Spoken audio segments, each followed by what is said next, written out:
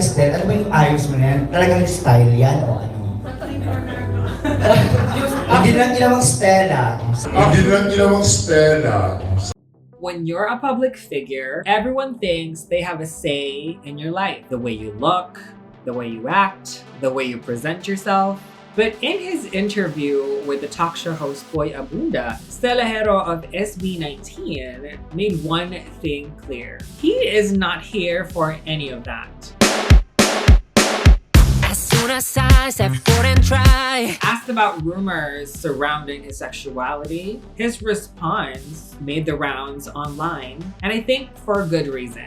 Because in a culture where people are quick to assign labels, especially around gender and sexuality, Stell's response is truly a breath of fresh air.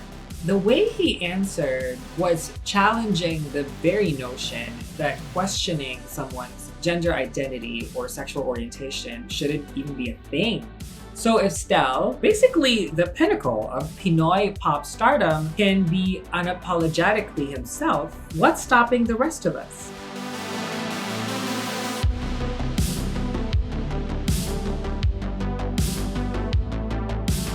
So we at SISNE Pop came across this soundbite from Stell, and it really got us into deep conversation about where the Philippines is at when it comes to conversations about queerness. If everyone na ganun ako, anong problema? So, may issue ba tayo? Kung example na maging bakla ako or anything naman na matawag niyo sa akin? Kasi pare-pares naman tayong tao. But let's start with how SB19 actually rose to fame. So in case you've been living under a rock, SB19 is a Filipino pop group who has made waves not just in the Philippines, but overseas by being the reigning kings of P-pop. And yes, they dance well, they sing well, they produce music well, they present themselves fabulously. But other than that, they bring such a unique Filipino touch to their stardom. And you can only appreciate that, right? Trained under a Korean entertainment company, SB19's blend of K-pop-like training, Pinoy storytelling, and killer vocals has catapulted them into the spotlight. But of course, along with fame came a lot of public scrutiny. And as their rise became a lot more apparent and undeniable, their fashion and appearance started to become a hot topic.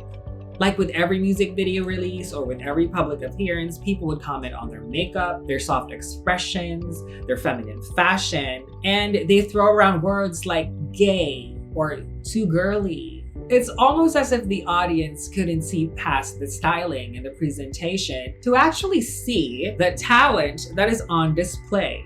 And this isn't unique to SB19. In the Philippines, there really still is a habit of pigeonholing celebrities based on their looks. And this is what we realized too, is that this constant need to label artists like Stell or any Filipino in the public eye, I feel like says a lot about where queer rights stand in a country like the Philippines. Here's the thing. Stell's experience with the gay label or these assumptions about his sexuality is very symptomatic of, I think, a larger Filipino issue.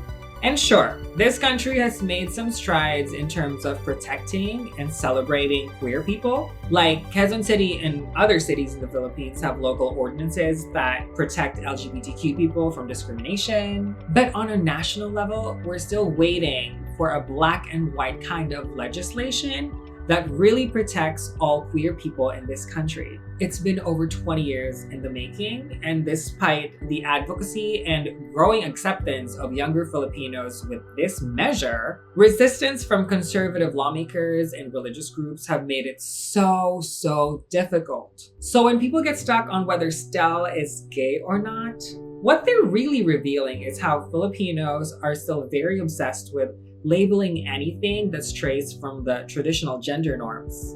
That need to put someone in a box, gay, straight, masculine, feminine, this comes from a society that is still very uncomfortable with the fluidity of identity. But that's where artists like Stell come in and move this conversation forward. The more we see public figures reject these assumptions, the closer we get to a society that's not hung up on outdated notions of gender norms. Now let's even think about why Stell and many other celebrities here in the Philippines dress the way they do.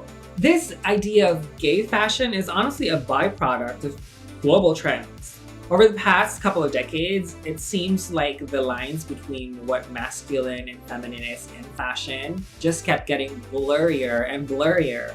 I did some Googling, and in the 80s, there was this movement in Japan called Visual Kei, where bands like X Japan strutted around in flamboyant costumes, makeup, and hairstyles that threw traditional gender norms out the window.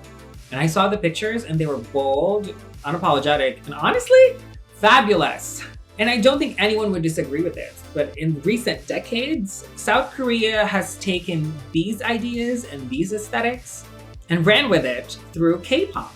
I'm sure all of you know about the flower boy aesthetic. Delicate features, soft makeup on men, soft styling. That was the go-to look for male idols, and dare I say, it still is right now.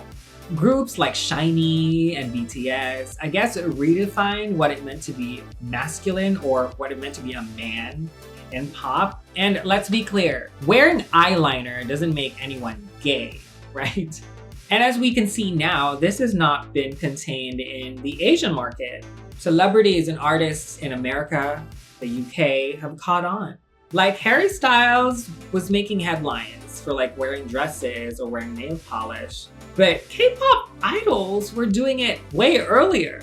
So this thing is everywhere, and so it's no surprise that a creative group like SB19 will latch onto these trends as well. But what I particularly love about SB19 and a lot of the P-pop groups nowadays is they pull off this aesthetic while also incorporating the Filipino identity into the mix.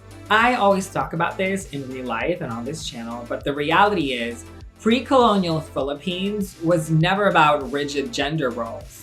One of my most favorite things I learned in school was before the Spanish colonizers came, Filipinos didn't really care about gender. They had so much more of a fluid view of what gender is. The babaylan, for example, they were these spiritual leaders, significant people in society, and they were often gender non-conforming or even, I guess, defined in today's words, trans. So it does make my heart really happy when I see groups like SB19 or a lot of other P-pop groups like Alamat or Beanie being able to successfully incorporate Filipino textiles in their style or just add that Filipino flavor to everything that they're doing. Because that means that there is this return to a more inclusive Filipino past and that it might be a trend that these artists are starting. It's really just blending history with modern fashion. Because yes, you can be both modern and still deeply connected to the truth of your culture. It's just really nice to see that, honestly, they don't care. Like, have you seen SB19's dance cover of the Cat's Eye song, Touch? It was just so refreshing to see them retain the femininity of the dance moves. And if you read the comments, people really loved it and even said that some other groups would probably change the steps to make it a little more masculine. But SB19 stuck with it because these boys, their masculinity is not fragile. Not at all. Now, this is not to say that it's the fandom who has this obsession with labeling. This is more of a thing that Filipino society does. But I do hope that fans of these groups realize that they also have a certain amount of power in their hands. If it wasn't for their love and support, none of these groups like SB19 would rise to the fame that they are at today.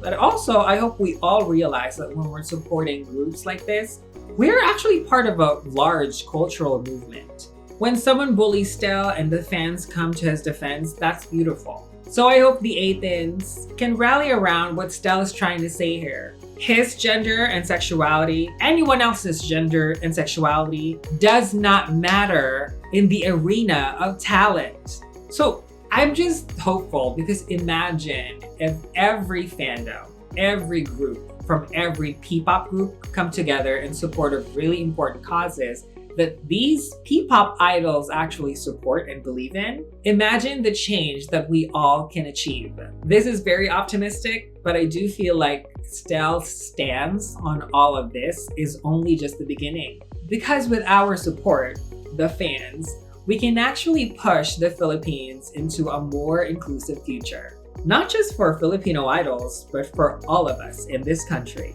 If I was to go any deeper into this, for me, what Stell did in that interview wasn't just really a defense of his identity. It seemed like a challenge to us. Why are we so obsessed with labeling people based on their expression? And why can't we just appreciate talent for what it is? As a queer person growing up in the Philippines, I've seen time and again how Filipino stars with a lot of prominence never really use their platform for anything that really pushes change. So what a time to be alive, to see artists not just protecting themselves and their art, but also inspiring the Filipinos to embrace diversity and move towards a better direction for everyone. Dami kong sinabi. Sana may point. Cum laude. So, yun. Thank you so much for hanging out with us and watching that video. Clearly, we love SB19, but we love P-pop in general. Just watch our long catalog of videos. Because here at SISNE Pop, we promise to bring Filipino pop culture to the entire world, and we have so much more content to come. We're working on so much right now. So if you don't want to miss any of that, please don't forget to subscribe, and we shall see you in the next one. Goodbye!